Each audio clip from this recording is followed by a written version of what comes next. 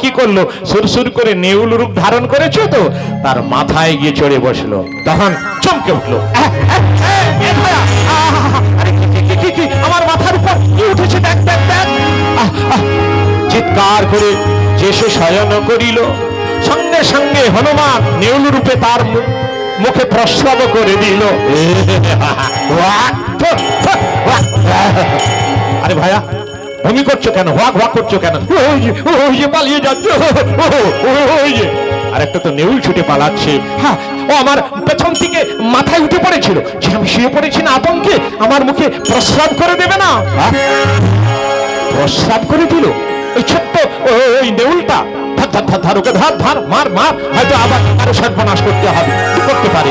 ঘর ঘর বলে যেই তাড়া করিল, আর যেই জানালার ফাঁক দিয়ে দেখা যাচ্ছে রাম লক্ষণকে, সেই জানালার ফাঁক দিয়ে হনুমান প্রবেশ করিল। সর্বনাশ! যেখানেই ভয় সেখানেই আতঙ্ক। শোন, সেই ঘরেই প্রবেশ করেছে। মহারাজ নির্দেশ দিয়েছেন কোন পিপিলিকা যেন প্রবেশ করবার সুযোগ না পায়। তো বেটা ঢুকেছে, চল দরজা খোল, ওকে পিটিয়ে মেরে বের করে তারপর আমরা নিস্তার নেব। চল চল, দরজা খোল। আর একজন প্রবীণ প্রহরী বলছে, এই দাঁড়া দাঁড়া দাঁড়া, ওকে মারতে গেলে হুটোপাটা শব্দ হবে, সেই শব্দের ভয়েই রাম লক্ষণের ঘুম ভেঙে যাবে। এদিকে আয়, এখানে আমরা একটু বসে আয়, তারপর আমরা পাহারা দিয়ে কোন দিক দিয়ে বেটা বেরিয়ে আসে সেটাই দেখবো। আচ্ছা আচ্ছা, ঠিক আছে।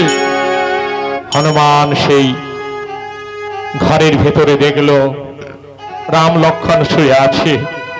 হায় দয়াময়, আমাদের এতটুকু বুদ্ধির ভুলের জন্য আজকে তোমাদের এই অবস্থা। বাবা, যেই চরণ স্পর্শ করেছে রাম লক্ষণের ঘুম ভেঙে গেল। আমরা কোথায়? আমি তো ছিলাম সুগ্রীবের কোলে, লক্ষণ অঙ্গদের কোলে। চুপ করো, চুপ করো।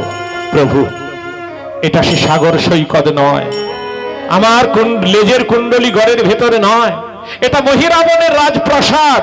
তোমরা পাতালে এসে পড়েছো, পাতাল, এই পাতাল লোকে। মহিরাবণ তাহলে আমাদের চুরি করে এনেছে? হ্যাঁ বাবা, আমারই এতটুকু বুদ্ধির ভুলের জন্য তোমাদেরকে অপহৃত হতে হয়েছে। বাবা, আমি যখন এসে পড়েছি আর কোনো অসুবিধে হবে না, আমি যেভাবেই হোক উদ্ধার করে নিয়ে যাব। বাবা, আমি আসছি। কোথায় যাবে? আমি ভদ্রকালী মায়ের কাছে যাব। আমি মাকে জিজ্ঞাসা করব, তুই নরবলি চাস কিনা, নররক্ত পান করতে চাস কিনা, তুই দেবী হয়ে তুই কি রাক্ষসী না দেবী? যদি বলে হ্যাঁ, সঙ্গে সঙ্গে আমি মায়ের ওই মূর্তিকে উৎপাদন করে সাগরের জলে ভাসিয়ে দেব। আর যদি বলে না, তাহলে কিভাবে তোমাদের রক্ষা করে উদ্ধার করে নিয়ে যাব আমি সেটাই জেনে নেব। বাবা হনুমান, তাহলে বাঁধন খুলে দিয়ে যা। না, বাঁধন খুলবো না বাবা। যদি বাঁধন খুলে দিই, মহিরাবণ ভাববে রামের কোনো গুপ্তচর এসে পড়েছে। হ্যাঁ, তা তোমরা একটু বাঁধা থাকো না বাবা, আমি এক্ষুনি আসছি। তুমি জগৎ সংসারকে মায়ার বাঁধনে বেঁধে রেখেছ, মহিরাবণের এই রাজপ্রাসাদে একটু বাঁধা থাকো না বাবা। দাও পদধূলি। জয় রাম, জয় রাম।